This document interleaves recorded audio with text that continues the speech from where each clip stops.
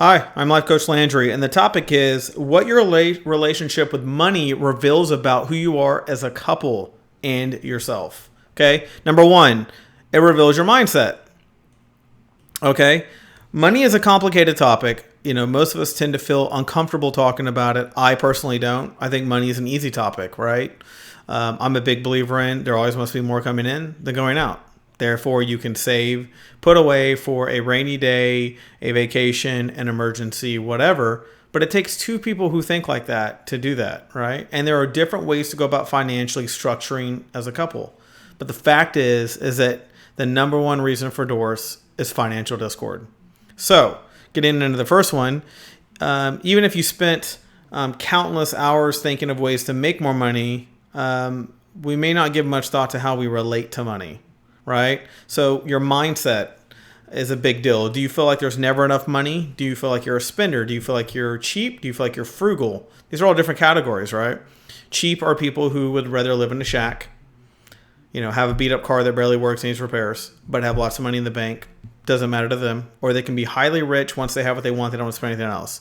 Frugal is typically are people of quality, right? They only want quality items. They will not spend on anything they don't see as functional or helping the home or building a quality atmosphere. Okay.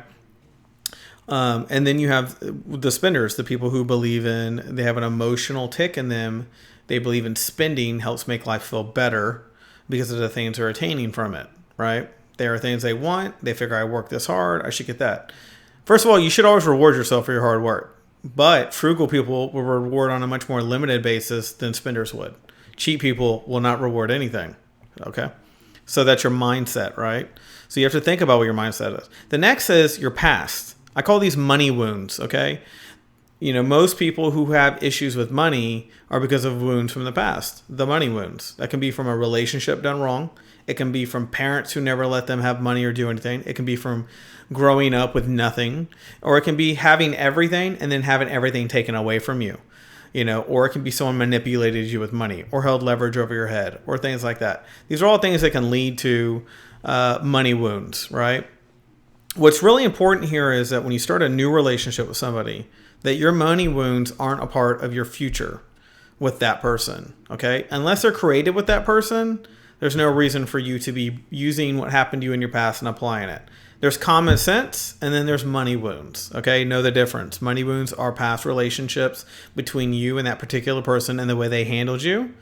And typically that has to do with the end of a relationship that you were handled wrong, and that shouldn't be the responsibility of the new person in your life. If you do this to the new person you meet or someone you've been dating for a year or more, and you're still relying on things from the past to help you make judgments about money now, what you will find is you will ruin your new relationship. Okay. Number 3 would be your aspirations. This says a lot, right? Money says a lot about your aspirations. Are you an empire builder thinker?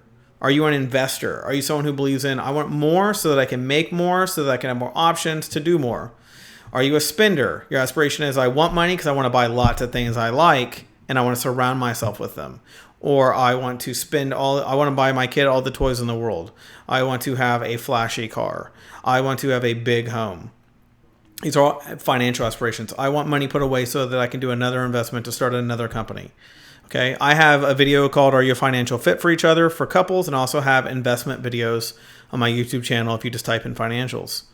Go look at those videos and then I'll help break down your aspirational goals. Okay.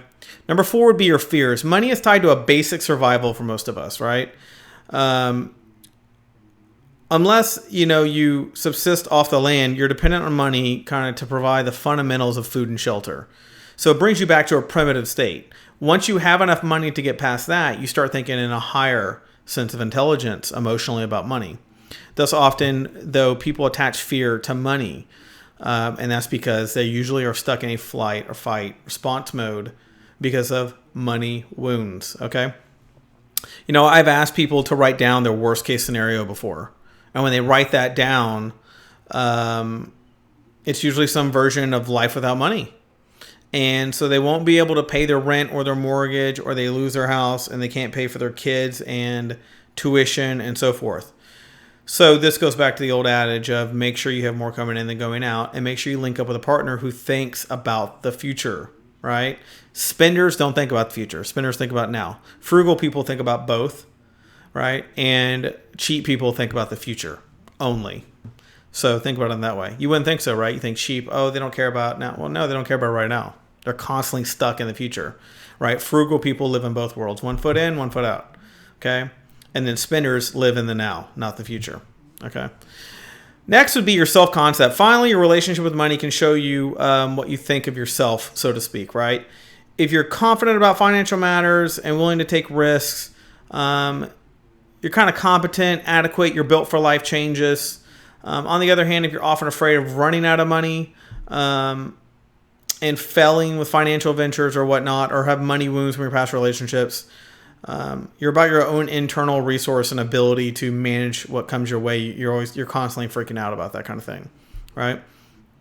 Start to notice the message in your mind, right?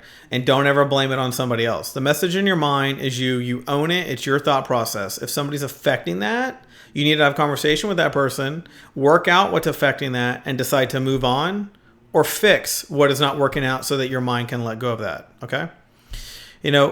But the ultimate concept here is, why do couples fight about money? And that's because there's a lot of complexities around money. It's no wonder that one of the main sources of conflict and the number one reason for divorce is, especially when our underlying fears about money are at odds.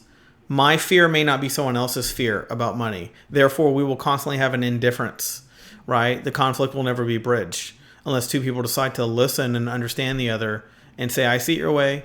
I see what you're saying. You see what I'm saying. Let's put those things together and let's tackle those fears together instead of them being separate entities, right?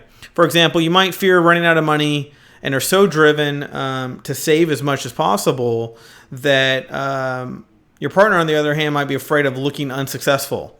So they have to give up their flashy car or something, and that makes them go, I can't do this. You're taking away my ability to look important. And the other person may say, you're taking my ability to let go of my fear. So they want to spend a lot of money. That's why couples who are vain usually go together, right? Because they believe on the upkeep of how they look. People who are frugal go together because they believe in the upkeep of the home with quality things, with a little bit of spending as a reward system for the money they make. And then you have the people who are cheap, who don't believe in doing any of that. They're basically keeping a nest for the worst case scenario of the future. It's not often that it's no accident people with opposing views with money end up together. For a saver and a spender, it can look so attractive, like there's complementary factors in there, because they know how to enjoy life, and a spender is attracted to a saver because of the security. And while their aspects may draw the couple together, after a while that will break you apart unless you mend that before it's too late. So I hope this helps you, give you some insight that money has a very big impact on relationships. Look, we can be in denial and say, money isn't important and whatnot. But the fact is that science shows it's actually very opposite. Money is about half of a relationship's conflict or success, right? You have to date and be with somebody and cohabitate with somebody, or have a partner, or have a lover, be married. Whatever way you want to look at it, you must be financial compatible at the end of the day, or you will become a statistic. Okay? Thanks for watching. If you have any questions, you can email me below on the link. And if you want to buy me a cup of coffee, there should be a tip jar somewhere down there. And if you have any questions or you have any suggestions for videos you'd like to see in the future, drop me a note below and I will talk to you soon.